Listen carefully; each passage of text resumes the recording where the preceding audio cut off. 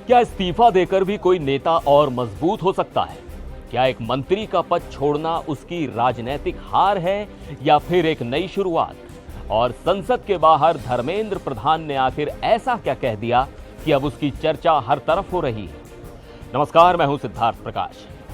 शिक्षा मंत्री पद से इस्तीफा देने के 2 दिन बाद जब धर्मेंद्र प्रधान सोमवार को संसद पहुंचे तो वहां का माहौल किसी सामान्य सांसद के स्वागत जैसा नहीं था। बीजेपी और एनडीए के कई सांसद उनका स्वागत करने के लिए मौजूद थे। धर्मेंद्र प्रधान जिंदाबाद के नारे लगे। एक सांसद ने उन्हें पारंपरिक टोपी पहनाई, दूसरे ने शॉल उड़ाई। यानी पार्टी की ओर से यह संदेश देने की कोशिश की गई कि इस्तीफे के बावजूद उनका राजनीतिक कद कम नहीं हुआ है। इसी दौरान कांग्रेस सांसद जयराम रमेश ने मुस्कुराते हुए कहा, होता है ऐसा। जवाब में धर्मेंद्र प्रधान ने कहा, कुछ नहीं हुआ, मैं एक स्ट्रीट फाइटर हूं, कोई एसी कमरे में बैठने वाला एक्टिविस्ट नहीं। यानी उनका संदेश साफ था कि वो इस इस्तीफे को अपनी हार नहीं मानते। धर्मेंद्र प्रधान ने शनिवार को शिक्षा मंत्री पद से इस्तीफा दिया था। पिछले कई दिनों से कांग्रेस जनता पार्टी लगातार नीट पेपर लीक को लेकर उनके इस्तीफे की मांग कर रही थी। विपक्ष भी सरकार पर दबाव बना रहा था। हालांकि उनके खिलाफ किसी व्यक्तिगत भ्रष्टाचार या आपराधिक आरोप की बात सामने नहीं आई।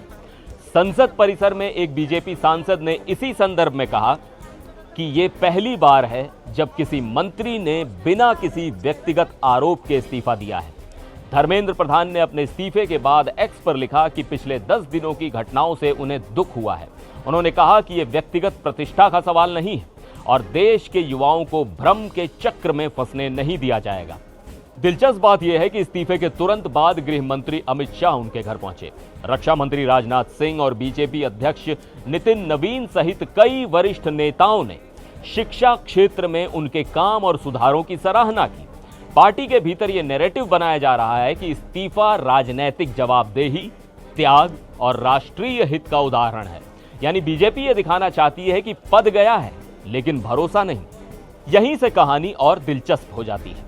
राजनीतिक गलियारों में चर्चा है कि धर्मेंद्र प्रधान को संगठन में बड़ी जिम्मेदारी मिल सकती है। ये भी अटकलें हैं कि 5 राज्यों के आगामी विधानसभा चुनावों में उन्हें अहम भूमिका दी जा सकती है। वैसे भी संगठन में उनका अनुभव लंबा रहा है। उन्हें बिहार चुनाव का प्रभारी बनाया गया था। पश्चिम बंगाल में पार्टी की रणनीति में उनकी अहम भूमिका मानी जाती है।